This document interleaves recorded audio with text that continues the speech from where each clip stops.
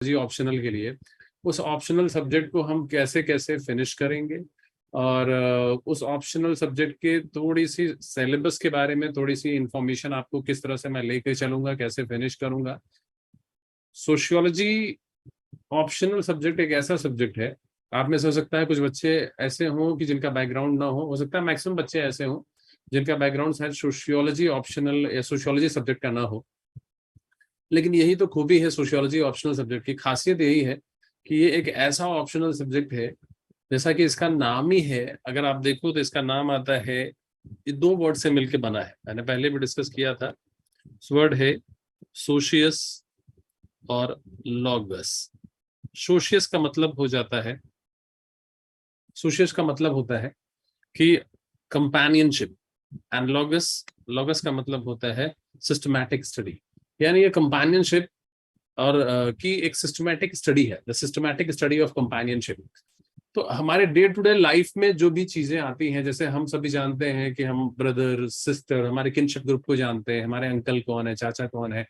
कुछ लोग साउथ से अगर बिलोंग करते होंगे तो साउथ में वहाँ किनशिप सिस्टम थोड़ा सा अलग होगा।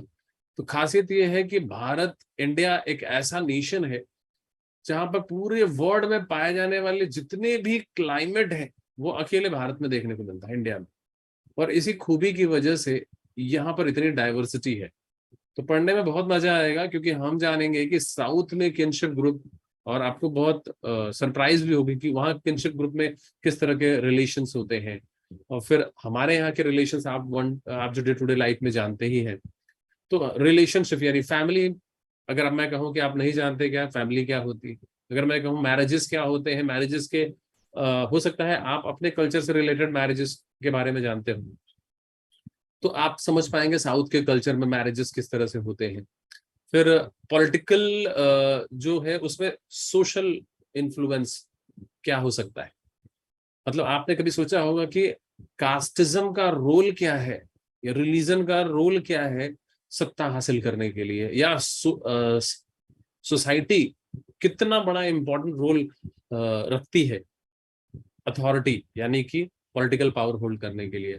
तो उसी का जो है मतलब ऐसा कुछ भी अछूता नहीं है जो आप सभी न जानते हो, वेदर आपका बैकग्राउंड है या आपका बैकग्राउंड इससे नहीं है, उससे कोई लेना देना नहीं है, उससे कुछ भी मतलब नहीं है। ये सारी चीजें हमको वो पढ़नी है जो एक्चुअली हमने डे टू डे लाइफ में हमने देखी है, हम बहुत ही भली भांति उसे अवेयर है। तो सबसे पहले स्टार्ट करने के पहले मैं आपको थोड़ा सा बताना यहाँ पर ये चाहूंगा कि जो हमारा 9 अक्टूबर से बैच शुरू होने वाला है, उस बैच की जो टाइमिंग हम रखने वाले हैं, द टाइमिंग ऑफ बैच उसका क्या होगा। तो टाइमिंग हम जो उसकी रखने वाले हैं वो टाइमिंग है यही सेम टाइम जहां तक है अभी 7 to 9 PM होगी। और टाइमिंग के लिए जो डेज कौन कौन से होंगे, तो हमने जो अभी रखा है कि फ्राइडे मंडे टू फ्राइडे का डे रहेगा। मंडे टू फ्राइडे हम 5 डेज वो करेंगे, आगे कभी जरूरत पड़ी तो सैटरडे भी देखेंगे, लेकिन मंडे टू फ्राइडे हम करेंगे। इसका मतलब ये हो गया कि जो लेक्चर टाइमिंग होगा वो 2 आवर्स का रहेगा।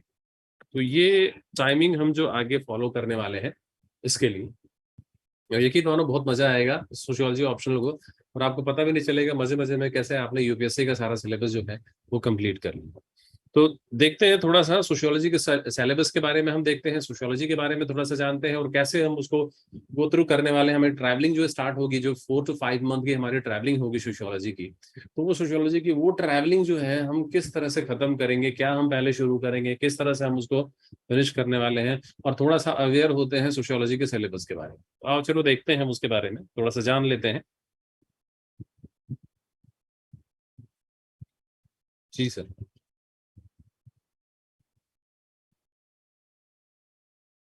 हाँ। ओके। Okay sir.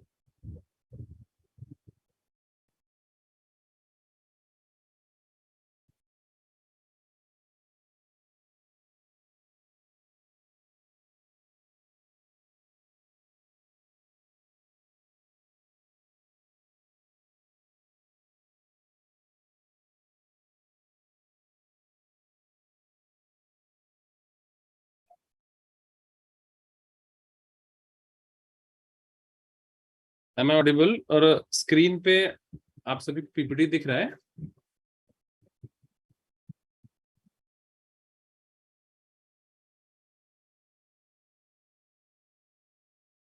चलिए हम सोशियोलॉजी के बारे में जानते हैं। जैसे कि मैंने बताया, सोशियोलॉजी जो है, सोशियोलॉजी ये जो ऑप्शनल सब्जेक्ट है, दो वर्ड से मिलकर बना है, सोशियोलॉजी, सोशियो एंड लॉगस, यानी कंपेनियनशिप के बारे में हम जानेंगे, कंपेनियनशिप की एक सिस्टमैटिक स्टडी करेंगे सोशियोलॉजी में।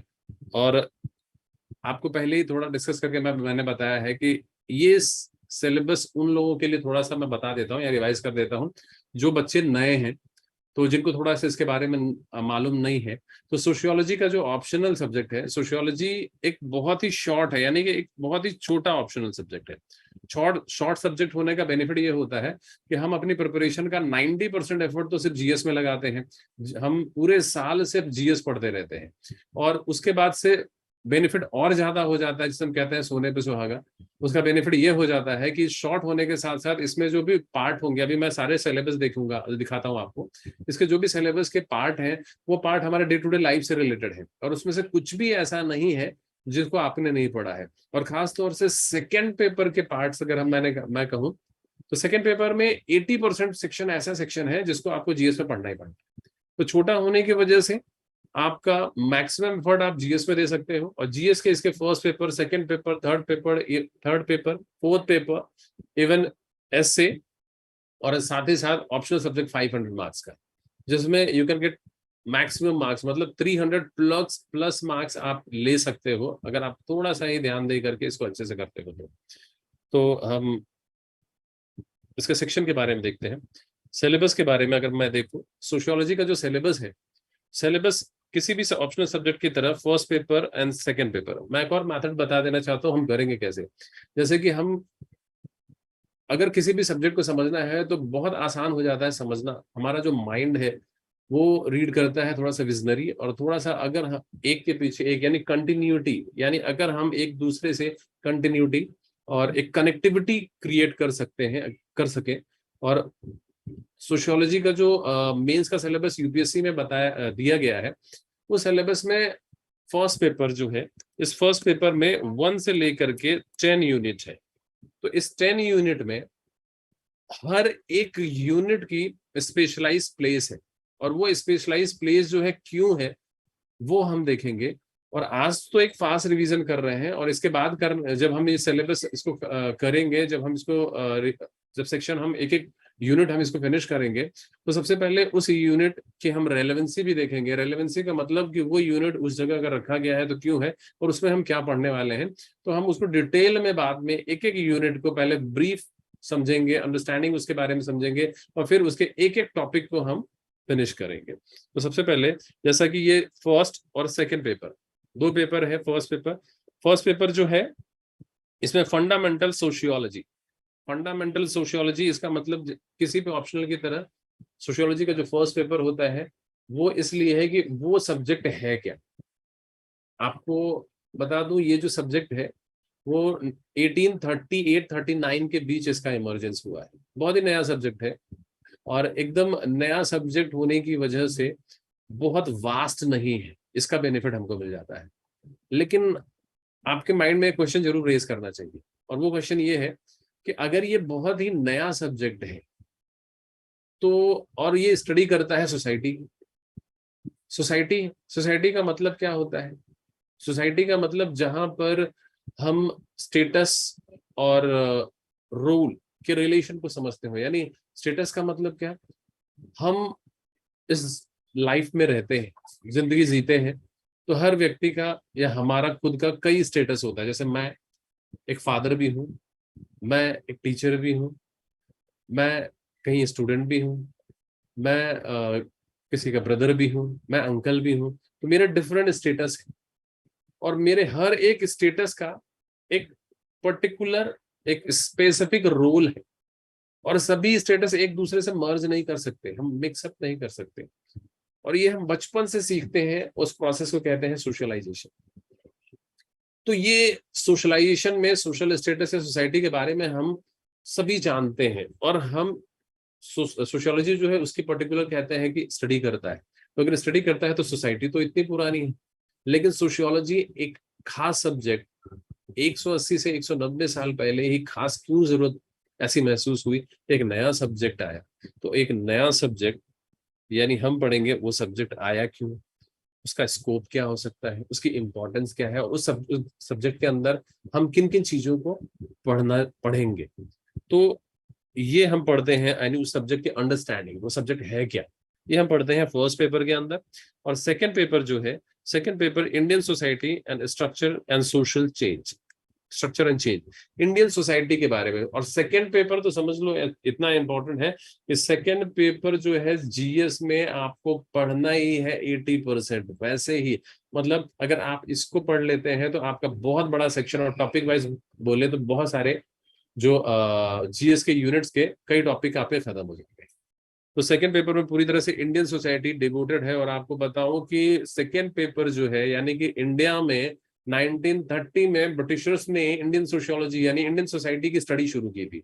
और अपने बेनिफिट के लिए उन्होंने टैक्स स्ट्रक्चर, टैक्स किस पे कितना इम्पोज करना है, क्योंकि कहीं भी रूल करना आसान हो जाता है अगर उसकी सोसाइटी को, उसके समाज को आप समझ जाते हो। तो उन्होंने सबसे पहले 1930 में शुरू किया कि भाई सोशल स्टडीज होनी चाहिए, यहाँ का सोसाइटी का स्ट्रक्चर कैसे, कस्टम्स है, कौन कितना पे कर सकता है या हम किन से काम ले सकते हैं। और 1947 के बाद से यहाँ पर सोशियोलॉजी एक सब्जेक्ट के तौर पे एक्चुअली यूनिवर्सिटीज में, पैट्रिक गिब्सन ने मुंबई यूनिवर्सिटी में सबसे पहले एक अलग डिपार्टमेंट की शुरुआत की थी। तो वो यहाँ के लिए तो एकदम न्यू है, बहुत नया है, चलिए बहुत ज्यादा कुछ है नहीं। मैं आपको दिखाता हूँ, इसमें ऐसे ऐसे टॉपिक्स हैं जो आपने एक्चुअली देखा है, आपने एक्चुअली पढ़ा है। तो एक फास्ट देखेंगे, फिर उसके बाद हर एक यूनिट का हम बहुत डिटेल में बहुत अच्छे से समझने की कोशिश करेंगे। पहला कि जैसे कि मैंने बताया फर्स्ट पेपर का 1 to 10 यूनिट है, उसमें जो फर्स्ट यूनिट है वो है सोशियोलॉजी एज अ डिसिप्लिन। अब यहाँ पर बात की जा रही है sociology as a discipline. Discipline का मतलब एज अ सब्जेक्ट। मैंने वही बताया कि इसके पहले जो दूसरे सब्जेक्ट्स हैं, भाई वो ह्यूमन बिहेवियर के जितने सब्जेक्ट्स होते हैं, जैसे हिस्ट्री, वो भी सोसाइटी की स्टडी करता है। आप सिविलाइजेशन के बारे में उसमें जानते हैं, इंडस वैली सिविलाइजेशन भी आपने उसमें देखा है, फिर उसके बाद कई सिविलाइजेशन। तो हिस्ट्री, पॉलिटी, ये सब सोसाइटी के एक पार्ट, एक एस्पेक्ट की स्टडी ऑलरेडी कर रहे हैं। तो बाद में सोशियोलॉजी एक डिसिप्लिन, एक सब्जेक्ट के फॉर्म में कब से शुरू हुआ, वो बताता है फर्स्ट यूनिट। फर्स्ट यूनिट, और इस यूनिट को हम देखेंगे, सबसे पहले समझेंगे। और इस यूनिट का अगर हम बाइफरकेशन करते हैं तो इसमें से पहला यूनिट निकल करके आता है, वो है modernity, social change in Europe and the emergence of sociology. यानी मॉडर्निटी आई, किधर आई, यूरोप के अंदर, उससे सोशल चेंजेस हुए, उससे मॉडर्निटी आई। और इस मॉडर्निटी से सोशियोलॉजी एक सब्जेक्ट के तौर पे कैसे स्टैब्लिश होकर के सामने आया। लोगों को ऐसा महसूस हुआ कि हाँ, एक ऐसा सब्जेक्ट होना चाहिए जो सोसाइटी के कुछ तो एस्पेक्ट रह जा रहे हैं, और वो एस्पेक्ट रह जा रहे हैं तो उसकी स्टडी करने के लिए एक सब्जेक्ट की जरूरत होनी चाहिए। और तब सोशियोलॉजी एक सब्जेक्ट के तौर पे उसका इमरजेंस हुआ। ये हम डिटेल में इसको देखेंगे, इसमें कवर हो जाता है आपका फ्रेंच रिवॉल्यूशन भी, इसमें कवर हो जाता है आपका साइंटिफिक रेवोल्यूशन भी, और इसमें कवर हो जाता है आपका इंडस्ट्रियल रेवोल्यूशन भी। मतलब आपका जो रेनेसांस का पीरियड है और उसके पहले डार्क एज, काफी कुछ इसमें कवर हो जाता है, जो जीएस का भी एक छोटा सेक्शन है। दूसरा, ये एक सब्जेक्ट के तौर पे अगर डेवलप हो जाता है तो सब्जेक्ट के बाद इसका स्कोप क्या होगा, यानी ये सब्जेक्ट एक्चुअली स्टडी किस चीज की करेगा। और कंपैरिजन भी शुरू हो जाएगी सोशल साइंस के दूसरे सब्जेक्ट के तौर रूप में। जैसे पहला तो इनको ये बताना, कंफर्मेशन देना होगा कि भाई इसको वैधानिकता यानी लेजिटिमेसी अगर एक सब्जेक्ट के तौर पे चाहिए तो इसको पहला कंफर्म करना पड़ेगा। भाई आपका सब्जेक्ट मैटर क्या होगा, आप किस चीज की स्टडी करना चाहते हैं। तो सब्जेक्ट मैटर जब डिसाइड करेंगे, यानी इसका स्कोप डिसाइड करना पड़ेगा। और फिर जैसे ही उसका स्कोप जो है, उसका सब्जेक्ट मैटर दूसरे सब्जेक्ट के अंदर क्लैश ना करे, तो दूसरे से कंपैरिजन नहीं भाई, उससे अलग है, डिफरेंट है, तो ये हम सेकेंड इसके सब टॉपिक में पढ़ते हैं। लेकिन चूंकि उस समय स्ट्रगल शुरू था, हर सब्जेक्ट थे, एक नया सब्जेक्ट का इमरजेंस हो रहा था।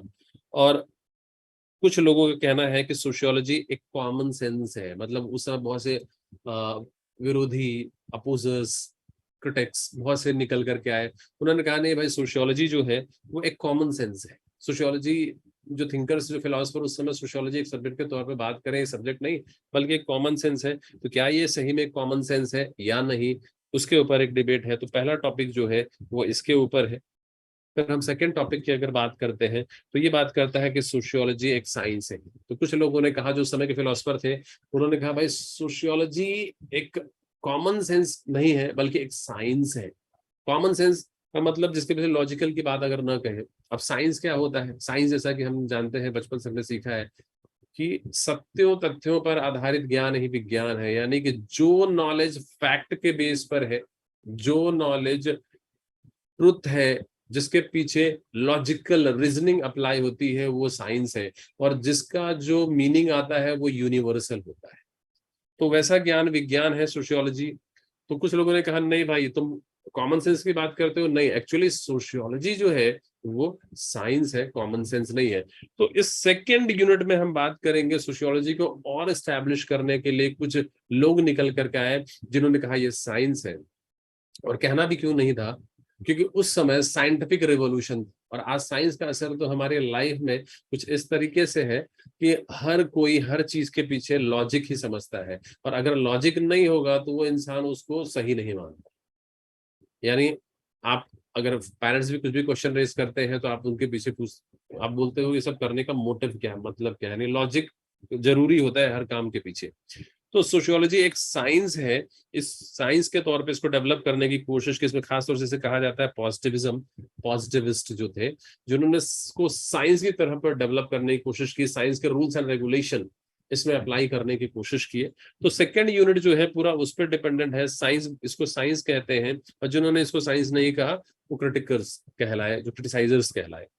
दूसरा, इसके बाद अगर साइंस है तो उसके थ्योरेटिकल स्टैंड और रिसर्च मेथोडोलॉजी, यानी कुछ साइंस कुछ जो नहीं मानते थे उसे नॉन पॉजिटिविस्ट कहलाए कि नहीं ये साइंस नहीं हो सकता। तो उसमें कुछ जैसे एथनो मेथोडोलॉजी है, कुछ है।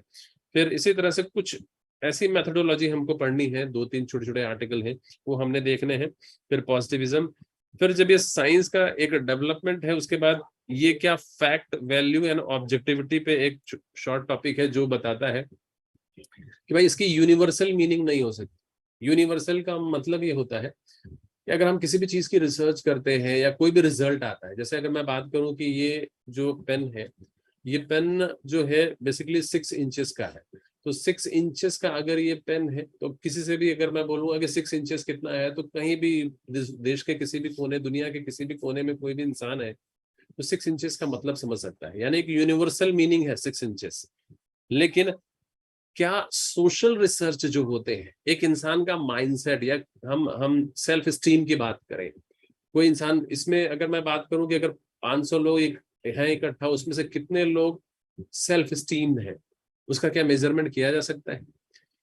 तो ये कहते हैं कि जो सोशल रिसर्च है, यानी जो फैक्ट होते हैं उसका वैल्यू ओरिएंटेड होकर अगर हम स्टडी करेंगे तो ऑब्जेक्टिव मीनिंग नहीं आएगा। ऑब्जेक्टिव का मतलब यूनिवर्सल मीनिंग। तो इन्होंने कहा कि लेकिन अगर वैल्यू न्यूट्रल होते हैं, वैल्यू क्या होता है? वैल्यू का मतलब होता है कि कुछ भी चीज जो हमारे लिए सही और गलत बताती है। हर इंसान का सही और गलत अलग होता है, रॉन्ग एंड राइट है। हमारे हिसाब से हो सकता है, मेरे हिसाब से, मैं अगर इधर रहता हूँ, वेस्टर्न साइड पे रहता हूँ, तो हमारा राइट एंड रॉन्ग अलग हो सकता है। जो कश्मीर में रहता है उसका राइट एंड रॉन्ग अलग होगा, केरल में रहने वाले का राइट एंड रॉन्ग अलग होगा। और जैसे उसका राइट एंड रॉन्ग है उसी तरह से उसका डेवलपमेंट होता है। तो सोसाइटी का जो भी सही चीज है उसे वैल्यू कहा जाता है। Good for society is value. तो लेकिन अगर हम अपने सही गलत को छोड़ करके वैल्यू न्यूट्रल होकर के किसी भी फैक्ट की स्टडी करेंगे तो शायद ऑब्जेक्टिव मीनिंग निकलेगी। ये उस पे एक आर्टिकल है छोटा सा। और नॉन पॉजिटिव मैथोडोलॉजी से कुछ वो हमने इसमें यहाँ पढ़ना है। तो सेकेंड यूनिट जो है वो इसको और समझ को डेवलप करता है, पॉजिटिविस्ट और नॉन पॉजिटिविस्ट, यानी जो साइंस बेस्ड स्टडी और साइंस बेस्ड स्टडी नहीं करते उनके बीच का। थर्ड जो यूनिट है वो रिसर्च मेथड एंड एनालिसिस है। मतलब इसमें जो मेथड्स हैं बहुत सारे, आज थोड़ा सा फास्ट बता रहा हूँ। उसके मेरा मोटिव ये है कि आप सभी को ये बताना है कि इसमें कौन कौन से टॉपिक्स हैं जो हमने पढ़ने हैं, जो हमने देखने हैं। फिर हम इनको डिटेल में करेंगे। तो रिसर्च मेथड एंड एनालिसिस, यानी कौन कौन से इसमें रिसर्च मेथड यूज किए जाते हैं। इससे भी आजकल खास क्वेश्चंस आते हैं। आप इसको बात करो, जैसे फर्स्ट टॉपिक आपने इमर्जेंस ऑफ सोशियोलॉजी पढ़ा, वो पेट क्वेश्चन है, हर साल ही उसमें से क्वेश्चन रिवाइज किए जाते हैं। और इस पेपर की खूबसूरती यही है सोशियोलॉजी की, प्रेडिक्शन पॉसिबल है। आज के जो पेपर आते हैं इसमें सबसे इंपॉर्टेंट ये है कि हर एक यूनिट वाइज क्वेश्चन पूछे जाते हैं और हर एक यूनिट से आप गेस कर सकते हो कि किस यूनिट से कौन सा क्वेश्चन इस साल आ सकता है, और बहुत ही आसानी से, और मतलब मैक्सिमम 50-60% तो आप आसानी से कर सकते हो गेस। अब थर्ड पेपर जो बात करता है रिसर्च मेथड एंड एनालिसिस की बात करता है। रिसर्च मेथड एंड एनालिसिस,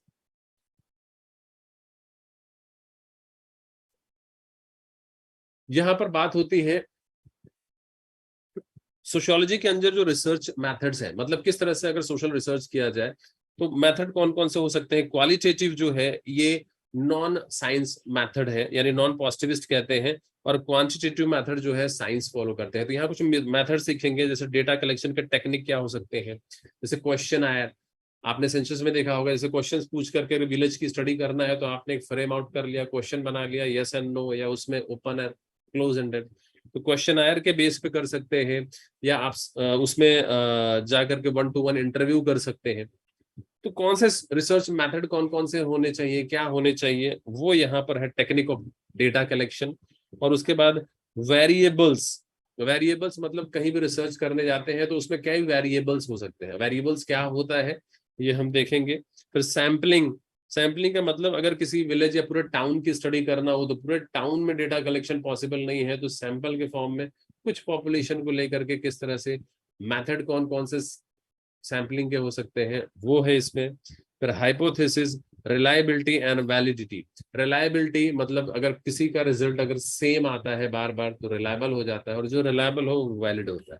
तो यहाँ पर हम थर्ड यूनिट में थोड़ा सा रिसर्च मेथड, सोशियोलॉजी में कौन कौन से रिसर्च करने के मेथड है हमने वो देखना है। उसके बाद अगर हम नेक्स्ट यूनिट की बात करें तो नेक्स्ट यूनिट, जैसे कि पहले से कहा जाता है कि बहुत ही इंपॉर्टेंट सेक्शन होता है। इंपॉर्टेंट सेक्शन तो सारे ही हैं, क्योंकि अभी जो एग्जाम का जो पैटर्न है उस पैटर्न में हर एक यूनिट को टच करता है। लेकिन ये इसलिए भी इंपॉर्टेंट हो जाता है कि इस यूनिट के जो थिंकर्स हैं उनका इंटरफियर मैक्सिमम सेक्शंस में, मैक्सिमम यूनिट्स में है। तो अगर 2010 और उसके 12-13 तक की हम बात करें तो यहाँ पर कम से कम 80% क्वेश्चन जो है डायरेक्ट और इनडायरेक्ट इस सेक्शन से आ जाया करता है। अभी सेक्शन वाइज थोड़ा सा बदल रहा है। बहुत से पहले हमारे समय में जो टीचर्स पढ़ाई करते थे तो उनमें एडवर्टाइज का तरीका भी होता था कि मैजिक के तरीके से थिंकर्स की समझ बताना, थिंकर्स को पढ़ाना मैजिकल उस तरीके से। तो थिंकर्स पे बहुत ही ध्यान दिया जाता था, थिंकर्स के सेक्शन को इसको खास ध्यान दिया जाता था। लेकिन आज के दौर पे ये सेक्शन तो है ही, इम्पोर्टेंट तो है ही, ये समझेंगे, ये समझना जरूरी है, लेकिन इसके साथ ही साथ दूसरे यूनिट को हम बिल्कुल निगलेक्ट नहीं कर सकते, क्योंकि आपको मालूम है कि यूपीएससी हर साल थोड़ा ना थोड़ा चेंज करके, पटकनी दे करके बहुत सारे परिवर्तन जो है बदलाव करता रहता है। तो ये थिंकर भी हम पढ़ेंगे, बहुत डिटेल में पढ़ेंगे, और इस थिंकर को मेरे पढ़ाने का जो पैटर्न होगा वो कुछ इस तरह से होगा कि ये थिंकर जब हम पढ़ेंगे तो जैसे कार्ल मार्क्स अगर हम पढ़ रहे हैं तो कार्ल मार्क्स को हम डिटेल में 8 से 10 दिन में जो पढ़ेंगे उसमें इस तरह से पढ़ेंगे कि उनसे रिलेटेड जो दूसरे जो यूनिट्स है उन्होंने उसमें क्या कहा। जैसे रिलीजन के बारे में भी कार्ल मार्क्स ने कहा है, उन्होंने स्ट्रेटिफिकेशन के बारे में, यानी कि सोसाइटी किस तरह से डिवाइड है उसका स्टेटा डिवाइड करने के बारे में भी कार्ल मार्क्स ने कहा है। तो कार्ल मार्क्स के व्यूज क्या थे, उनके थॉट्स क्या है, वो सारा हम यानी कार्ल मार्क्स को बहुत अच्छे से समझेंगे, ताकि दूसरी यूनिट्स के वो सेक्शन पहले ही खत्म हो जाएंगे, यानी हमको जाते ही वो सेक्शन बस देखना होगा और वो हमें समझ में आ जाएगा। कार्ल मार्क्स बहुत ही रेडिकल थिंकर, उनकी सोच बहुत ही रेडिकल, उस समय उन्होंने जो सोचा वो आज के लिए मुश्किल है, और हो सकता है हमारे भविष्य में से चेंजेस हो, बदलाव हो।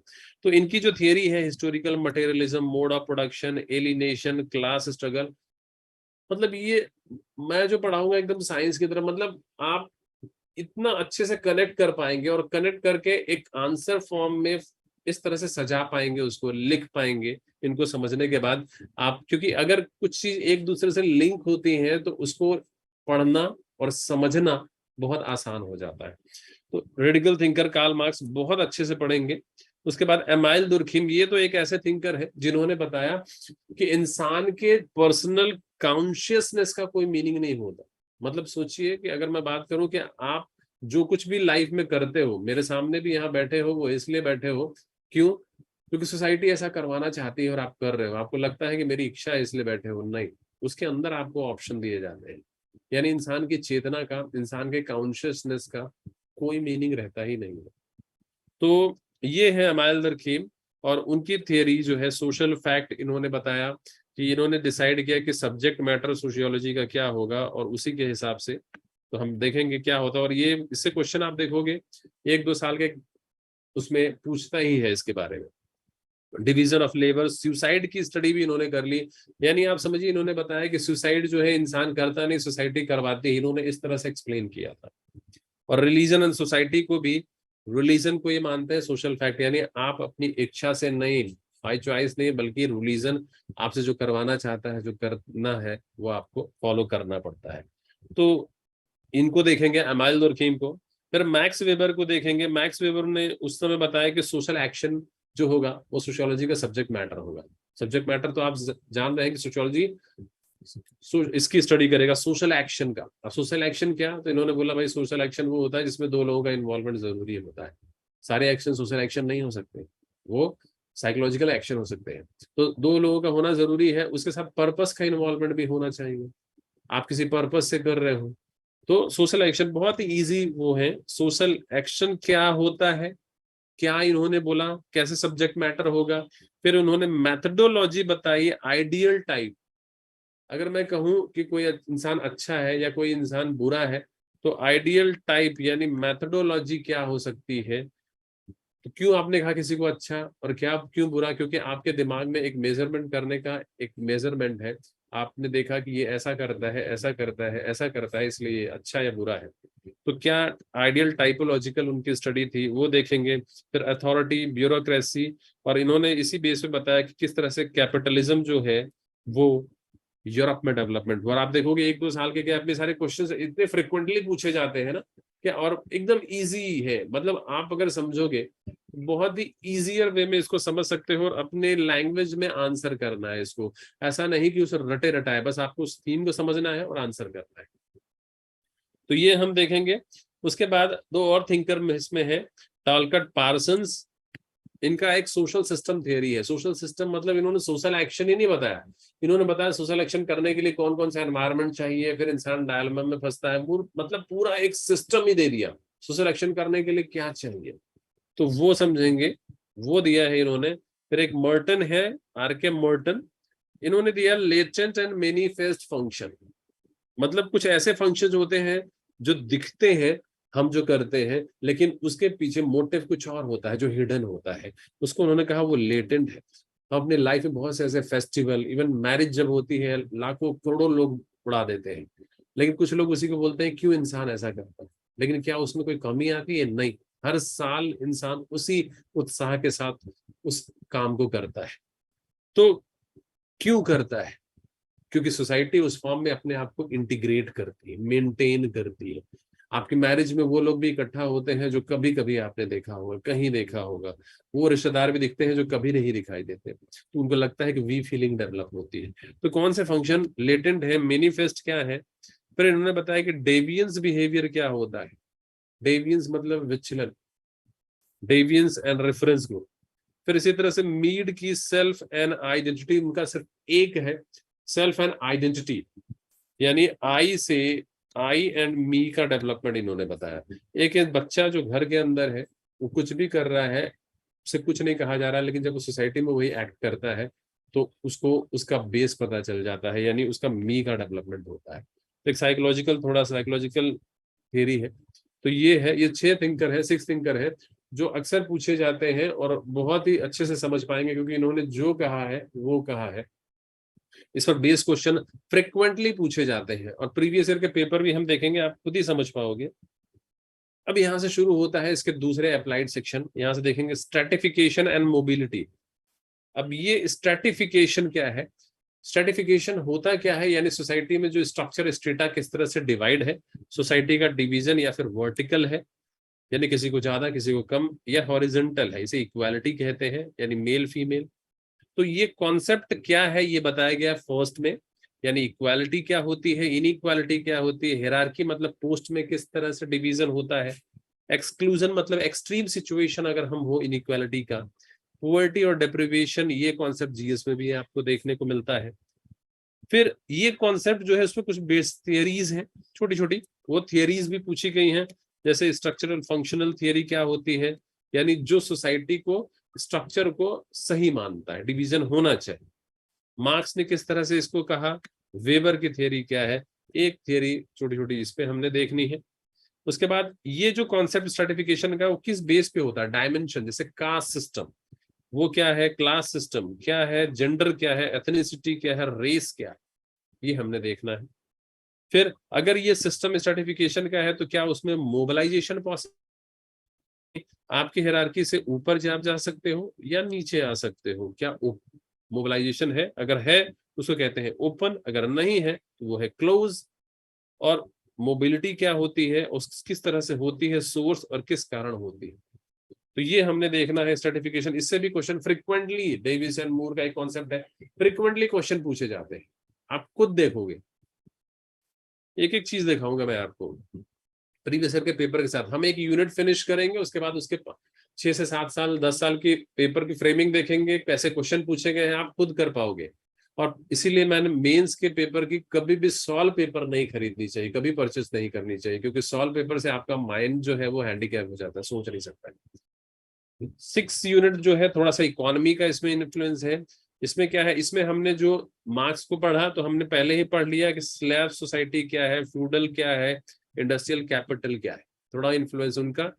फिर फॉर्मल इनफॉर्मल क्या है, ये थोड़ा इकोनॉमी में हम यहाँ देखेंगे कि फॉर्मल जिसमें सारी चीजें बताई गई हो, या मतलब आपको स्ट्राइक की सुविधा, आपको बेसिक राइट्स मिले हो, इनफॉर्मल क्या हो सकता है। फिर लेबर एंड सोसाइटी में क्या रिलेशन है, एक छोटा यूनिट है, वर्क एंड इकोनॉमिक लाइफ, थोड़ा सा सोशल उसका इन्फ्लुएंस लेकर के। इसी तरह politics and society same unit आपको सेकंड पेपर में मिलेगा, लेकिन उसमें कैसा है, वो इंडियन कॉन्टेक्स्ट में मिलेगा आपको, वो इंडियन कॉन्टेक्स्ट मिलेगा। बट यहाँ पर क्या है, ये क्या है वो बताया जाए। जैसे यहाँ पर पॉलिटिक्स एंड सोसाइटी में सोशोलॉजिकल थियरीज पावर की, कोई व्यक्ति पावर होल्ड करता है उसके बेस क्या होते हैं, कुछ को मिलती है कुछ को चली जाती है कैसे।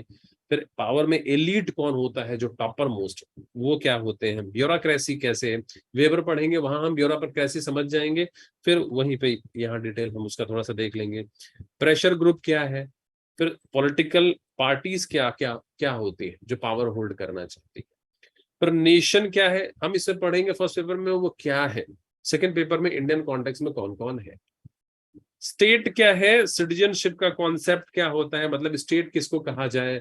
मैं अगर पॉलिटिकल कॉन्सेप्ट नहीं पूछा जा रहा आपसे, पूछा जा रहा है स्टेट है क्या, क्या एक खास लोग, रिलीजन के लोग या खास कल्चर के लोग या कॉमन हिस्टोरिकल बैकग्राउंड हो एक साथ रहते हैं। इंडिया न नेशन है न स्टेट है, नेशन का कोई सिमिलर कॉन्सेप्ट इंडिया में नहीं है, क्योंकि यहाँ डिफरेंट फॉर्म ऑफ लोग, रिलीजन के, डिफरेंट कल्चर के, डिफरेंट हिस्टोरिकल बैकग्राउंड के लोग एक साथ रहते हैं। इंडिया एक यूनिक कंट्री है।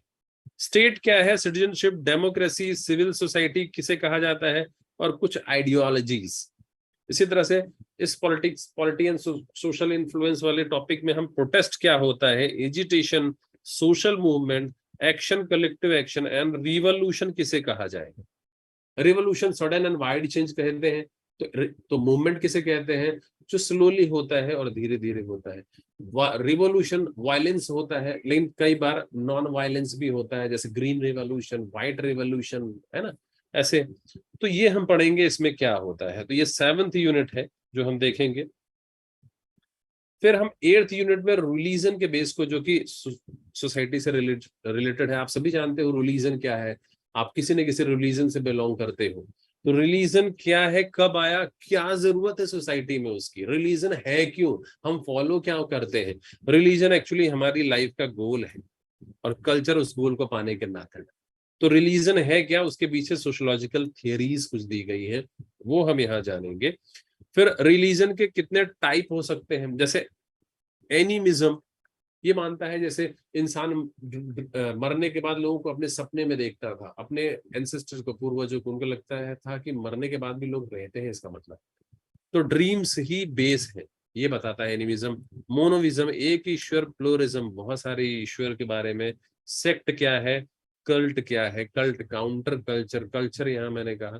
तो बेसिक जो थीम है, जो इन टॉपिक्स की, जो जीएस में भी है, वो हम समझेंगे वो होता क्या है। फिर रिलीजन इन मॉडर्न सोसाइटी में, रिलीजन और साइंस में क्या डिफरेंस है। सेकुलराइजेशन पॉलिटिकल कॉन्सेप्ट नहीं, पॉलिटिकल तो आपने पढ़ा कि हमारा जो सेकुलराइजेशन धर्म, द्री ध से बना है, यानी धारण करना, मीनिंग टू एक्सेप्ट, वो है। इसीलिए हमने अपने स्टेट को धर्म से, यानी ड्यूटीज, हमारा धर्म का मतलब ड्यूटी माना जाता है, इसीलिए हम we can't separate duties from society. तो ये हमने वो समझा है, ये हमने पॉलिटिकल कॉन्सेप्ट समझा है। लेकिन आपकी लाइफ में हर डिसीजन में, इवन मैरिज में, किसी में रिलीजन का अगर रोल ज्यादा है हर चीज में, तो आप सेकुलर नहीं है, अगर कम है तो आप सेकुलर है। तो क्या होता है सेकुलराइजेशन, और फिर वर्ड में उसका इम्पैक्ट कहाँ कहाँ है। फिर रिवाइवलिज्म और फंडामेंटलिज्म, ये सब जीएस के भी पार्ट आपको देखने को मिलेंगे। रिवाइवलिज्म यानी धर्म का रोल खत्म हो गया है तो वापस लौटो, और फंडामेंटलिज्म धर्म का रोल इंपॉर्टेंट है, क्यों, क्योंकि वो बेसिक है और एक्सपर्टाइज्ड है। तो फंडामेंटलिस्ट क्या होते हैं वो समझेंगे यहाँ पे। तो रिलीजन पे बेस्ड एक ये यूनिट है। हर एक यूनिट की जगह जो है वो बहुत रेलेवेंट है, वो हम समझेंगे पर्टिकुलर यूनिट वाइज, हर एक यूनिट वाइज हम समझेंगे उसकी इंपॉर्टेंस, उसकी प्लेस, और उसके सारे यूनिट्स के बारे में शॉर्ट में, फिर डिटेल में, और उससे रिलेटेड क्वेश्चन। ये 9th यूनिट बहुत इंपॉर्टेंट और बहुत इजी, और आप सब समझ पाओगे, क्योंकि ये जो 9th यूनिट है, सिस्टम ऑफ किनशिप, किनशिप मतलब रिश्तेदारियां, आप सभी जानते हो। फैमिली क्या है बताने की जरूरत नहीं, लेकिन क्या समझते हैं उसका थोड़ा। सोशल हाउस होल्ड क्या है, एक छत के नीचे दो लोग रहते हैं, उसे कहा जाता है हाउस होल्ड। और जब उनमें रिलेशन बन जाता है, यानी मैरिज हो जाती है, तो बन जाता है फैमिली। तो कैसे वो कन्वर्जन है, दोनों में डिफरेंस क्या है, क्योंकि जैसे अभी जो है लिव इन रिलेशनशिप जैसे कॉन्सेप्ट आ रहे हैं, लॉ में भी चेंज करने की जरूरत है। तो ऐसे क्या होता है, ये कितने तरह की होती है। अगर मैं बात करूं, जैसे ये मेल को डिनोट करते हैं, ये फीमेल है, और ये रिलेशन यानी मैरिज हो गया, उनके 2 बच्चे हो गए, ये मेल और ये फीमेल, तो ये बन गया यूनिलीनियर।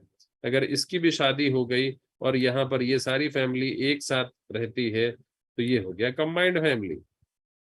तो क्या होता है कंबाइंड फैमिली, क्या होता है टाइप ऑफ फैमिली। फिर लीनियज कैसे, किसी की तरफ सरनेम जो है फादर की तरफ से, किसी की तरफ मदर की तरफ से, किधर दोनों तरफ से प्रॉपर्टीज, तो कैसे इंडिया में यूनिकनेस मिलेगी आपको हर जगह पे। तो वो, और दूसरी जगहों पे भी कुछ यूनिकनेस है। फिर पैट्रियार्की क्या होती है। पैट्रियार्की का मतलब मेल डोमिनेंट सोसाइटी है, जहां मेल डोमिनेंट इसलिए क्योंकि जहां इंपॉर्टेंट डिसीजन मेल लेता है, और इसी की वजह से सेकेंडरी पोजीशन फीमेल्स को दी जाती है। तो क्या होता है और किस तरह से सेक्सुअल डिवीजन है, ये जीएस ऐसे हर में पूछा जाता है।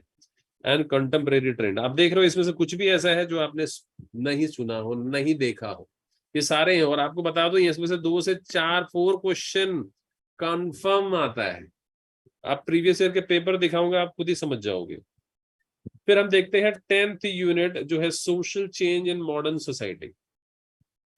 सोशल चेंज किसे कहते हैं, सोसाइटी में क्या कोई एक चेंज हुआ तो क्या वो सोशल चेंज है, नहीं। तो सोशल चेंज होता क्या है, कुछ लोगों ने कहा कि सोशल चेंज अंदर से होता है, कुछ ने कहा नहीं बाहर के इम्पैक्ट से होता है, थियरीज उससे रिलेटेड। फिर डेवलपमेंट एंड डिपेंडेंसी, कुछ लोगों ने कहा कि भाई ये जो कोर्स कुछ कंट्रीज होती हैं जैसे यूएस डेवलप, उसने कहा कि कोर नहीं, कुछ डिपेंडेंट कंट्री होती है जिनका डेवलपमेंट इस पर डिपेंड करता है। तो एक छोटा सा डिबेट है डेवलपमेंट एंड डिपेंडेंसी। फिर सोशल चेंज के एजेंट कौन कौन से होते हैं, जैसे टेक्नोलॉजी की वजह से सोशल चेंज, जैसे आज का सोशल चेंज देख रहे हो, मैं घर पे बैठ के आपको पढ़ा रहा हूँ, आप कहाँ कहाँ से जुड़े हुए हो। तो ये क्या सोशल चेंज टेक्नोलॉजी की वजह से या एजुकेशन की वजह से, साइंस एंड टेक्नोलॉजी, इसमें पेट क्वेश्चन आता है, आप उठा के पेपर देखना, वो दिखाऊंगा। प्रोडक्शन मैंने बताया ना बहुत पॉसिबल है सोशियोलॉजी में। तो ये टोटल फर्स्ट पेपर के 10th यूनिट है, और 10th यूनिट में हर एक यूनिट की जगह जो है वो बताती है कि मैं यहाँ क्यों हूं। और उसके साथ उसको कनेक्ट किया जा सकता है। पर एक बार आपने कनेक्ट किया तो वो धागा खुलता जाएगा। पहले की रेलेवेंसी यहाँ पर है तो आप बता पाओगे कि दूसरा इसके आगे है, और दूसरा समझो तो पहला उसके पीछे है, और वो है इसलिए ये है, और आप खुद ही उसको एक्सप्लेन कर पाओगे और खुद ही समझ पाओगे। तो उस तरह से लिंक करके हम पढ़ना, कनेक्ट करके पढ़ना सीखेंगे, समझेंगे। तो ये 10th यूनिट बहुत ही शॉर्ट, बहुत ही इजी क्यों है, थियरीज, थ्योरेटिकल, सोशियोलॉजी की हम इसमें देखेंगे। अब देखते हैं हम सेकेंड पेपर।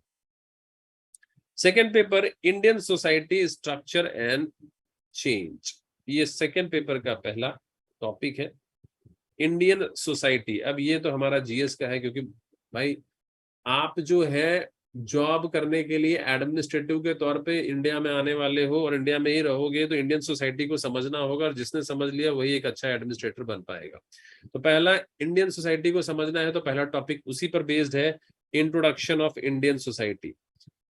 अब चूंकि सोशियोलॉजी का इमरजेंस हुआ यूरोप में, तो इसीलिए यहाँ के लोगों का कहना था कि यूरोप में जो स्टडी करते हो, रिसर्च करते हो, उसके मेथड यहाँ नहीं चलेंगे। यहाँ कास्ट सिस्टम है तो कहीं क्लास सिस्टम है कि नहीं है, तो यहाँ को समझना होगा। तो यहाँ के परस्पेक्टिव मतलब स्टडी करने का मेथड लाओ। पहला मेथड इंडोलॉजी, बहुत सिंपल, जो पुराने एपिक्स और बुक्स के बेस बनाकर सोसाइटी की स्टडी करे वो इंडोलॉजी है। इसी तरह स्ट्रक्चरल फंक्शनलिज्म और मार्क्स का जो थियरी है वो भी यहाँ लागू होता है। कुछ लोगों ने कहा, उसमें से एक थे AR देसाई। मार्क्स ने क्लास बेस्ड स्टडी की थी, सोसाइटी का डिवीजन क्लास के बेस्ड पर होता है। तो एक छोटा सा यूनिट, क्वेश्चन रिपीटेडली आते हैं, ये हम इसमें देखेंगे। उसके बाद सेकेंड है, यहाँ से शुरू हो जाता है किसका रोल, जीएस का। तो जीएस का रोल यहाँ बहुत इंपॉर्टेंट, यहाँ समझो जीएस शुरू हो गया आपका। यहाँ के बाद आपको पढ़ना ही है, और आप उठा के पेपर में देखना, जीएस में दिखेगा impact of colonial rule in Indian society. Colonies बसानी शुरू की, जैसे ब्रिटिशर्स जो बहुत दिनों तक हमारे पास रहे और काफी वाइड एरिया में, बड़े एरिया में उन्होंने रूल किया, तो उनका इम्पैक्ट क्या इंडियन सोसाइटी में पड़ा, वो इस सेक्शन में देखेंगे। सोशल बैकग्राउंड, इंडियन नेशनलिज्म की शुरुआत क्यों हुई, कब हुई, 1885 के बाद। नेशन, भारत तो था ही नहीं, नेशन बनने की शुरुआत हुई 85 के बाद, जब सबको लगने लगा कि इंडिया जो है इतना बड़ा क्षेत्र एक हो सकता है। तो कब से हुई, बैकग्राउंड उसका हम समझेंगे। और ये देख सकते हो जीएस में भी क्वेश्चन इसे पूछा गया है। मॉडर्नाइजेशन, इंडियन ट्रेडिशन, ट्रेडिशन का मतलब जो जनरेशन टू जनरेशन फॉलो करे, उसमें जो चेंज आया वो मॉडर्नाइजेशन है, ये हम देखेंगे। प्रोटेस्ट और मूवमेंट जो कॉलोनियल पीरियड में हुआ, हिस्ट्री में पढ़ा है आपने थोड़ा, वो है। एंड सोशल रिफॉर्म जो हमारे यहाँ हुए, उसके बारे में देखेंगे। फिर अगला जो टॉपिक आता है वो है सोशल स्ट्रक्चर। भारत में जो सोशल स्ट्रक्चर कौन कौन सा था, कास्टिज्म या क्लास सिस्टम, तो क्या था, तो उसके रूरल में क्या था, पहले हम वो देखेंगे। तो रूरल में क्या था, रूरल में था एग्रेरियन सोशल स्ट्रक्चर क्या, तो इंडियन विलेज क्या होता है, और विलेज से रिलेटेड स्टडी, कौन कौन सा विलेज होता है, विलेज बेसिक कैसा विलेज होगा, क्योंकि विलेजेस की स्टडी पहले एंथ्रोपोलॉजी में की जाती थी, मानव विज्ञान में, क्योंकि ट्राइबल स्टडीज उसमें होती थी। तो विलेज एक बहुत यूनिक कॉन्सेप्ट है, इसकी स्टडी कब यहाँ शुरू हुई, और सोशल स्ट्रक्चर क्या है, कैसे लोग रहते थे पहले, बहुत सिंपल, किस तरह से लैंड रिफॉर्म यहाँ पर हुआ, ये भी पढ़ा है आपने, उसका सोशल बेस्ड हमको यहाँ देखना है। उसके बाद सेकेंड यूनिट में जो यहाँ पर सबसे यूनिक, यहाँ कास्ट सिस्टम, ये जीएस का पोर्शन है, आपको सोसाइटी में पढ़ना है, उसमें देखना है कास्ट सिस्टम क्या होता है। उसमें जैसे इन लोगों ने अपने अपने perspective, MN Srinivas, Louis Dumont, Andre Beteille, अपने अपने दिया था, उसके फीचर्स बताए थे। कास्ट सिस्टम क्या होता है, बहुत यूनिक फंक्शन है, जिसमें हायरार्की बेस कुछ लोग डिवीजन मानते हैं, कैसे कमेंसिलिटी, खाने पीने का कैसे टैबूज होता है, उसके फीचर्स क्या है।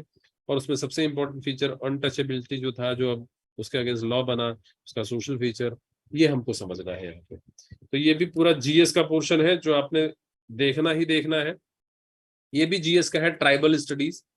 तो ट्राइब्स होते क्या है, कुछ लोगों ने कहा एक ज्योग्राफिकल रीजन में रहने वाले लोग ट्राइब कहे जाते हैं, कुछ ने कहा नहीं ऐसा नहीं है, इस ज्योग्राफिकल रीजन में नहीं, कुछ तो ऐसे भी होते हैं जो नोमैडिक होते हैं, घूमते रहते हैं।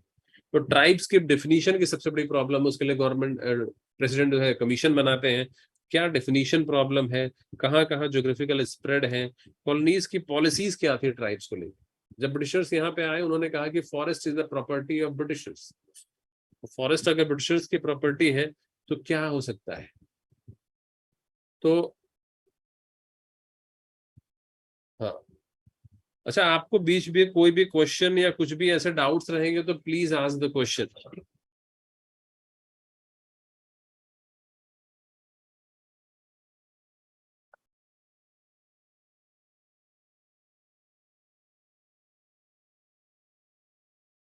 हाँ,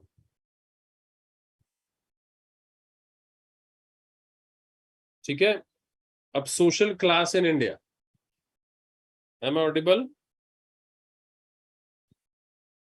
सोशल क्लास इन इंडिया, यहां पर हम देखेंगे। अब यहाँ पर एग्रेरियन क्लास स्ट्रक्चर, पीपीटी आप सभी देख पा रहे हैं क्या?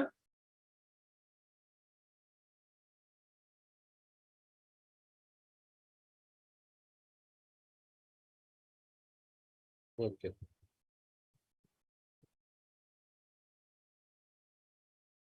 ठीक है। तो social class in India, agrarian class structure, one second.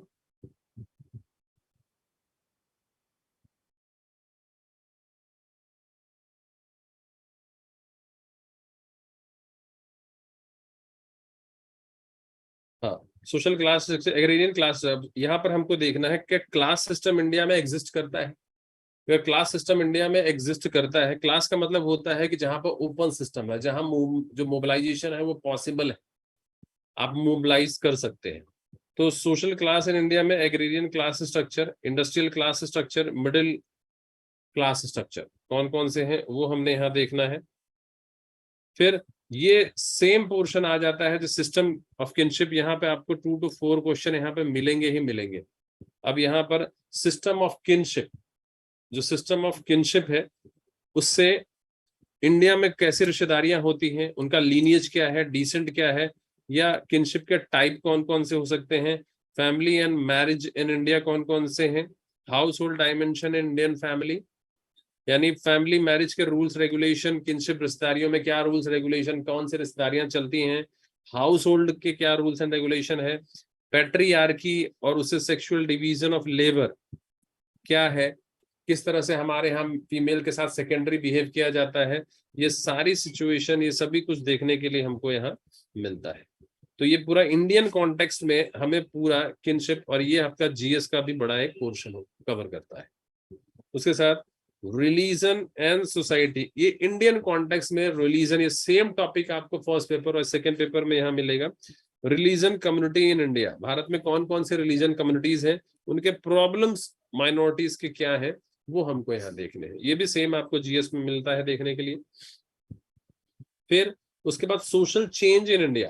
अब सोशल चेंज भारत के अंदर, जो सोशल चेंज है वो क्या है, उसमें सोशल चेंज यानी कि पीजेंट फार्मर मूवमेंट, जो जैसे अभी किसान आंदोलन हुआ था, ये थोड़े करंट से रिलेटेड भी हैं, और बहुत सारे ऐसी चीजें जो दिखने को मिलते हैं। तो पीजेंट एंड फार्मर मूवमेंट यहाँ देखने को मिलेगा, वुमेन मूवमेंट है, ये सारे जीएस के पोर्शन है।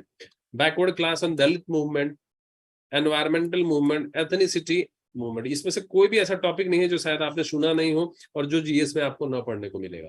ये सारा कवर होता है आपके society, social problem, second paper social issue जो है, और कई टॉपिक इंडिविजुअल अलग अलग दूसरे उसमें। फिर ये पूरा सेक्शन जो आप देख रहे हो, पॉपुलेशन एंड डायनामिक, ये सेम आपका जीएस सोसाइटी का सेक्शन। पॉपुलेशन इंडिया में साइज, ग्रोथ, कंपोजिशन, किधर किधर कहाँ पॉपुलेशन का डिस्ट्रीब्यूशन है, population growth, birth, death, migration, policy, हमारी family planning, issues, sex ratio हमारा जो है कम हो गया था, मोदी जी ने बेटी बचाओ बेटी पढ़ाओ। फिर इन्फेंट मोर्टेलिटी, रिप्रोडक्टिव हेल्थ, ये सारा यूनिट ही आपको जीएस का पूरा पोर्शन मिलेगा। तो ये सब जीएस से, मैंने कहा था जैसे 80% सेक्शन जो है जीएस में आपने जो पढ़ा वो पढ़ना ही है। फिर चैलेंजेस एंड सोशल ट्रांसफॉर्मेशन। अब चैलेंजेस, सोशल ट्रांसफॉर्मेशन, जो डेवलपमेंट को हम फॉलो करते हैं, तो किस तरह से हमारे सामने जो चैलेंजेस आई गवर्नमेंट के सामने, जब इंडिया को इंडिपेंडेंट मिली उस समय 32 ईयर्स हमारी लाइफ एक्सपेक्टेंसी थी। हमारा मतलब एक 32 साल इंसान एक जिंदा रहता था, क्योंकि डेथ रेशियो बहुत बड़ा था। 2021 का जो है निगेटिव पॉपुलेशन ग्रोथ है, महामारियां आती थी, बहुत सारे लोग मर जाते थे। तो उसके बाद जो हमें देश मिला इंडिपेंडेंस के बाद, तो कौन कौन से हमारे प्रोग्राम्स चलाए गए? तो डिस्प्लेसमेंट का प्रॉब्लम, एनवायरमेंटल प्रॉब्लम, सब sustainability, poverty, deprivation, violence against women, caste conflict जो चल रही है, एथनिक कन्फ्लिक्ट, कम्युनलिज्म, रिवाइवलिज्म, ये सारे सेक्शन भी आपको जीएस से रिलेट करते हुए दिख रहे हैं। तो आपने देखा कि जो सेकेंड पेपर का जो पूरा यूनिट है, ये पूरा यूनिट ही आपको फर्स्ट को छोड़ दीजिए तो सेकेंड जो इसका सेक्शन सोशियोलॉजी का आता है वो पूरा ही आपको जीएस में पढ़ना है, बहुत जरूरी है, कंपलसरी है।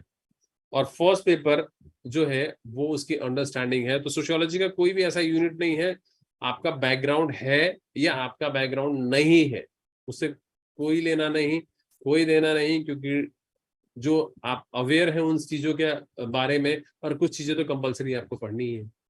और आपके लेबर को वो इतना मिनिमाइज कर देता है कि आप मैक्सिमम एफर्ट जो 90% आप जीएस में देते हो उसमें अच्छे से दे सकते हो। और यकीन मानो आप जब प्रीलिम्स का रिजल्ट आता है, उस रिजल्ट के बाद हमारे पास सिर्फ टाइम बचता है कि हम आंसर राइटिंग कैसे करें। तो आंसर राइटिंग का ही टाइम रहता है, और इसको हम पहले से ही एक्चुअली करके भी रखेंगे, क्योंकि एक यूनिट खत्म होने के बाद हम उससे रिलेटेड क्वेश्चन देखेंगे, उसकी फ्रेमिंग देखेंगे, उसके बाद हम अगले यूनिट की तरफ जाएंगे। तो हम इसको करेंगे। और उनके लिए भी जो थोड़ी कुछ चीजें और बता देता हूं मैं, जैसे कुछ बच्चे जो हैं जो बिल्कुल भी बेसिक है, जो सोशियोलॉजी के बारे में बिल्कुल अवेयर नहीं है, तो ये जो लेने वाले नहीं भी हैं उनके लिए भी, और जो है भी उनको ये दोनों बुक्स जो है 11th क्लास की एनसीईआरटी है, पहला इंट्रोडक्शन सोशियोलॉजी, इंट्रोड्यूसिंग सोशियोलॉजी, और सेकेंड अंडरस्टैंडिंग सोसाइटी। ये 11th की एनसीईआरटी है, उसे बेसिक आपका हो जाता है, और बहुत सारे जीएस में भी क्वेश्चन आपको मिलते हैं, तो आपको देखने के लिए उसमें क्वेश्चन मिल जाते हैं। किसी ने पूछा है, Amit Patel ji, sir I am first year sociology student of IGNOU, may be IGNOU material sufficient for UPSC, please tell me. देखिए यूपीएससी का जो इग्नो का जो सेक्शन है वो काफी डिटेल में और काफी बताया गया है इग्नो में। एक्चुअली आपको कैसा जाना है, आपको सोशियोलॉजी के सिलेबस के हिसाब से जाना है। तो अगर आपको वो यूनिट्स जो सोशियोलॉजी के सिलेबस में एक्चुअली आते हैं, वो आपको बेनिफिशियल रहेगा ही बिल्कुल। इग्नो का, इग्नो की बुक्स ही एक्चुअली बनाई इसलिए जाती है कि बिना फैकल्टी के, टीचर के भी आप उसको समझ सकते हैं थोड़ा अच्छे से। तो आपके लिए डेफिनेटली इग्नो बेनिफिशियल है। अभी मैं आपको बताता भी हूँ कुछ इससे रिलेटेड बुक्स। हालांकि मैं आपको यही राय दूंगा कि आप जब तक सोशियोलॉजी हम शुरू नहीं करते हैं, हम आगे बढ़ते नहीं हैं, तब तक आप कोई बुक नहीं टच करें तो अच्छा है। और जैसे ही हम शुरू करते हैं उसके बाद मैं आपको ऑप्शन बहुत सारे बुक्स के दिखा भी देता हूँ, तब आप पढ़े।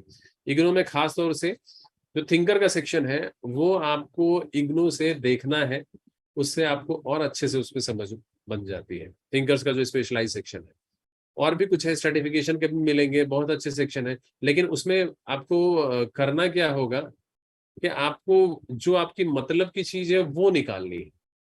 इग्नो का मतलब, इग्नो बहुत वास्ट सिलेबस है, तो उसमें से जो आपकी मतलब की चीजें निकालनी है वो लेनी है, क्योंकि कुछ एमए के सेक्शन भी अच्छे होते हैं, कुछ बीए के भी, बीए में से कुछ सेक्शन मिल जाते हैं। तो डेफिनेटली बहुत अच्छा है इग्नो का, लेकिन आपको निकालना पड़ेगा अपने मतलब की चीजें उसमें से।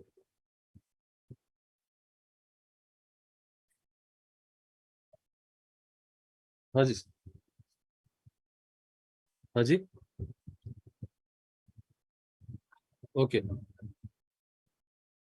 हाँ, राघवेंद्र यादव बोल रहे हैं, sir I am in graduation 3 years, I want to prepare with sociology, my graduation subject in philosophy and sociology, which I will choose, suggest me. भाई सोशियोलॉजी के लिए ही मैं यहाँ बैठा हूँ, और फिर तो मैं आपको सोशियोलॉजी ही सजेस्ट करूंगा। इजी टू अंडरस्टैंड है, और एक इसमें स्केलिंग सिस्टम होता है, उसमें सोशियोलॉजी बेनिफिट करता है। आप सोशियोलॉजी का लास्ट ईयर का रिजल्ट अगर देख के आते हो, पहली बात तो टॉपर्स आपको सोशियोलॉजी के बहुत सारे मिल जाते हैं, देखने के लिए मिलेंगे। उसके बाद 50 टॉपर में से आप देखोगे उसमें से 10 से 12 तो आपको सोशियोलॉजी वाले, और 100 में से 20 के ऊपर आपको सोशियोलॉजी के मिलते हैं। और इसने अपना रेशियो जो 10% हमेशा मेंटेन करके रखा है। तो सिलेक्शन के 10% लगभग हर साल सेलेक्ट होते हैं। ये एक ऐसा सब्जेक्ट है जो आपको एकदम गिरने भी नहीं देता है, और आपने प्रिपरेशन की तो बहुत अच्छे से निकल जाते हैं। मतलब आपका प्रिपरेशन थोड़ा सा कम भी है तो भी ऐसा नहीं करेगा कि आपके मार्क्स बहुत वर्स्ट आ जाए। बहुत से सब्जेक्ट है जिससे ऐसा आता है, वर्स्ट नहीं करता, मिडिल में बनाए रखता है, और अच्छा किया तो 300 एंड अबव के चांसेस तो बहुत मिलते हैं। और किसी भी सब्जेक्ट में 300 तो बोनस है, 300 के ऊपर मार्क्स बोनस है आपके, तो बहुत आसानी से इसको कर सकते हैं। तो मैं तो आपको यही कहूंगा कि आप सोशियोलॉजी लेकर के आगे जाइए, बहुत इजी है, कर सकते हो। दूसरी बुक यहाँ पर है, आप देख सकते हैं। दूसरी बुक जो है वो ये 12th की एनसीईआरटी है। एनसीईआरटी की दो बुक्स और हैं इसमें, social change and development in India and Indian society. ये दो बुक है जिनको आपने देखना है, जिससे बेसिक आपका अच्छा हो जाएगा। पढ़ लेना है बेसिक कुछ चीजें, तो उसके लिए है। बुक्स भी मैंने यहाँ कुछ रिकमेंड की हैं, लेकिन फिर मैं आपको वही कहूंगा कि अभी बुक्स नहीं टच करें। हालांकि जो मटेरियल आपको मिलेंगे उस मटेरियल वो सफिशिएंट होंगे। वो आप देखोगे कि प्रीवियस ईयर के पेपर सॉल्व हो रहे हैं, और जो पेपर अगर आप टेस्ट सीरीज में पार्टिसिपेट करोगे, पेपर्स आपके सारे सॉल्व होंगे। तो बहुत ज्यादा मटेरियल के चक्कर में न जाए, बहुत ज्यादा आपको पीएचडी नहीं करनी है। आपका सिलेक्शन मोटिव है तो सिलेक्शन मिलता है। जैसे कि मैंने देखिए यहाँ मेंशन किया सोशियोलॉजी फर्स्ट पेपर के लिए भी इग्नू के नोट्स खास थिंकर्स के तो जरूर देखने हैं। ब्रिडजर की बुक है, हॉलबॉर्न एंड हार्लोम्बस की है। मैंने बुक्स काफी बताई है, यहाँ सारी दे रखी है, आपको नेट में भी कहीं भी देखने के लिए मिल जाती हैं। लेकिन आपने जो यहाँ से दिया जाएगा मटेरियल, अगर उनको फॉलो करेंगे, क्योंकि सोशियोलॉजी एक ऐसा सब्जेक्ट है ना, उसके लिए कोई एक पर्टिकुलर बुक नहीं आती, अलग अलग जगहों से आपको निकालना रहता है। मतलब आपको मतलब की चीजें उसमें से निकालनी है, और मतलब की चीजें आपको समझने में थोड़ा टाइम लगेगा, अगर वही आपको निकाल के यहाँ से दी जाएंगी तो इजी हो जाएगा करना। तो ये सारी पेपर्स की बुक्स तो मैंने यहाँ बता दी हैं, लेकिन अच्छा रहेगा, ये सेकंड पेपर की सारी है। एम एन श्रीनिवास की सोशल चेंज है, फिर एम एन श्रीनिवास का ही caste and its 20th century अवतार है। सोशल बैकग्राउंड नेशनलिज्म देसाई की है, नदीम हसनैन की है। ये सारी बुक्स मैंने दी हैं, आपके आपके सामने है, कहीं से मिल भी सकता है। लेकिन मैं फिर वही कहूंगा, जब तक शुरू नहीं हो जाता तब तक आप किसी बुक को प्रेफर नहीं कीजिए। बुक पढ़ने का तरीका, मेथड क्या होता है, दो वे से पढ़ते हैं। जैसे पहला, आप बुक पढ़ रहे हो, वो फिर उसके बाद वो समझ रहे हो। लेकिन अगर आपको चीजें समझा दी गई तो फास्ट पढ़ सकते हो, आसानी से समझ सकते हो। कई बार चीजें समझ में भी नहीं आती और मतलब कुछ और निकाल लेते हो।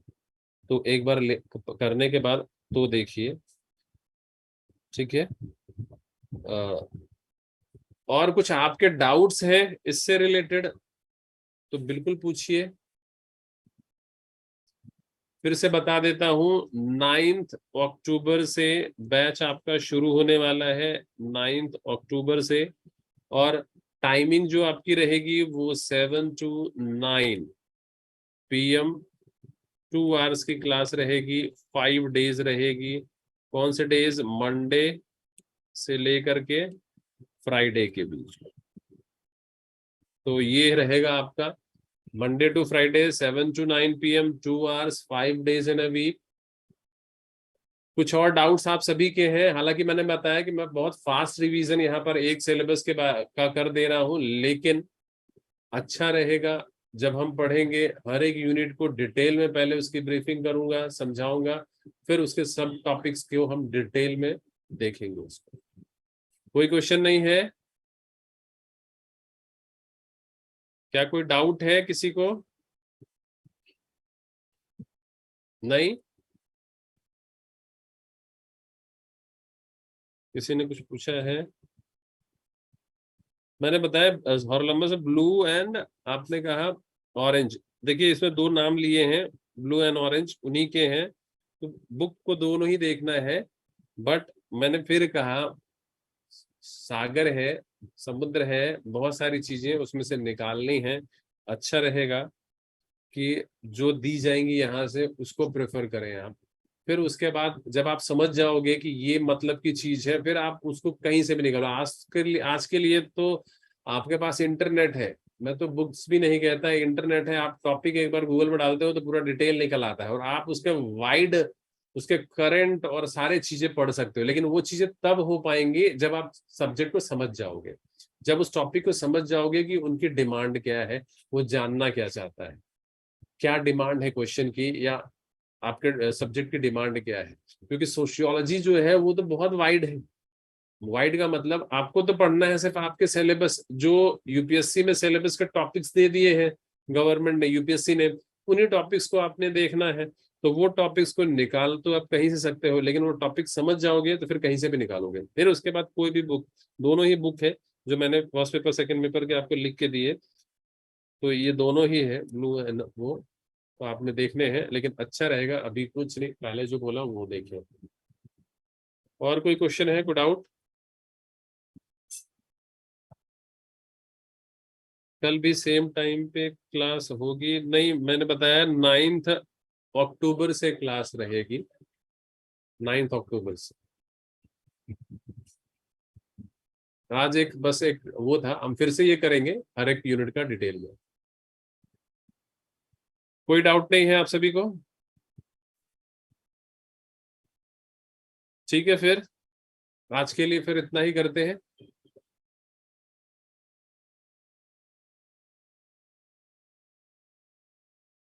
बीच में होगा तो एक दो सेशन हम लिया जाएगा इसका, बीच में एक दो सेशन इसमें होंगे। ठीक है। Okay sir. सर। हम्म,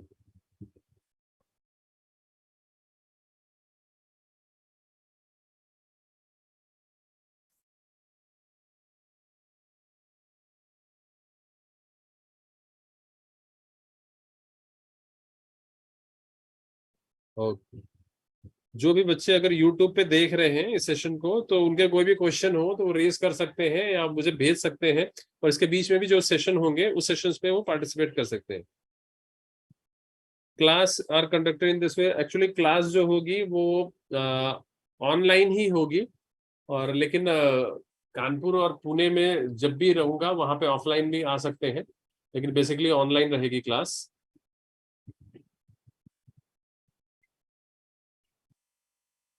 हाँ, जब मैं कानपुर या पुणे में रहूंगा तो फिर वहां पे ऑफलाइन भी आ पाओगे, लेकिन फिलहाल ऑनलाइन मोड में रहेगी क्लास।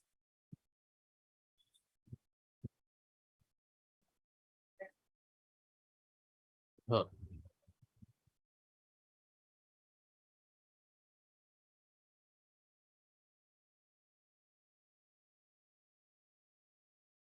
यस। Okay sir.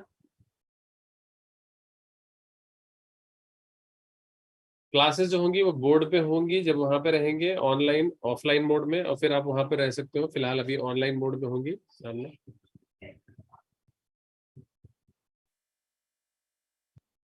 ठीक है सर। Thank you.